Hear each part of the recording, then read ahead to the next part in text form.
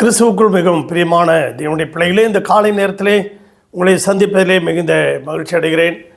கர்த்தர் ஒவ்வொரு நாளும் நம்மை போஷித்து பாதுகாத்து பராமரித்து வருகிறதை நினைத்து கர்த்தரை ஸ்தோத்திரிக்கிறேன்.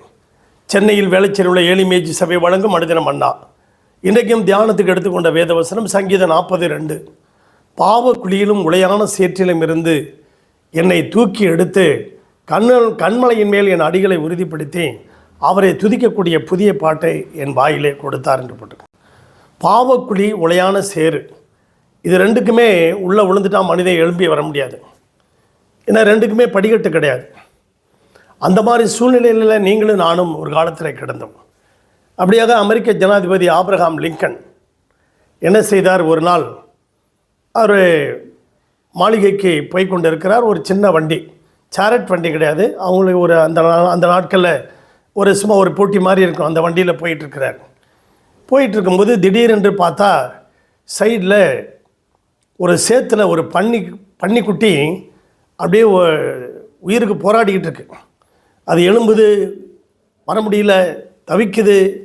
உடனே ஆபிரகாம் லிங்கன் வண்டியை நிறுத்த சொல்லிவிட்டு அவர் நேராக போனார். விலையுறந்த ட்ரெஸ்ஸை போட்டிருக்கிறார், ஜனாதிபதி ட்ரெஸ்ஸு. அப்படியே போய் அந்த சேத்துலே நடந்து போகிறார். சேத்துல போய் நடந்து போய் அந்த பன்னிக்குட்டியை தூக்கி கொண்டுட்டு வந்து கழுவி வெளியில் கரையில் விட்டுட்டார். அப்படியாக அருமையான தேவனுடைய பிள்ளைகளே, நீங்களும் நானும் உளையான சேற்றில் கிடந்தோம், பாவக்குழியிலே கிடந்தோம்.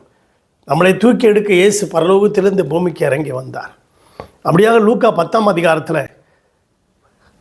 30லேருந்து சில வசனங்களை 39 வசனங்களை ஒரு சம்பவத்தை பார்க்கிறோம். ஒரு மனிதன் எருசலேமிலிருந்து எரிகோவுக்கு போகும்போது கள்ளர் கையில் அகப்பட்டு விட்டான். பிசாசு அவனை உரியது மாதிரி எல்லாத்தையுமே உறிஞ்சி, அவனுடைய நகைகள் ஆடைகள் எல்லாவற்றையும் உறிஞ்சி போட்டுட்டு குற்றுயிராய் போட்டுட்டான், காயப்படுத்திட்டு போட்டுட்டு போயிட்டான். அந்த வழியாக ஒரு ஆசாரியன் போகிறான், பார்த்துட்டு பேசாமல் போகிறான். அந்த வழியாக ஒரு லேவியன் போகிறான், அவனும் பார்த்துட்டு பேசாமல் போகிறான். ஆனால் ஒரு சமாரியன் வருகிறான்.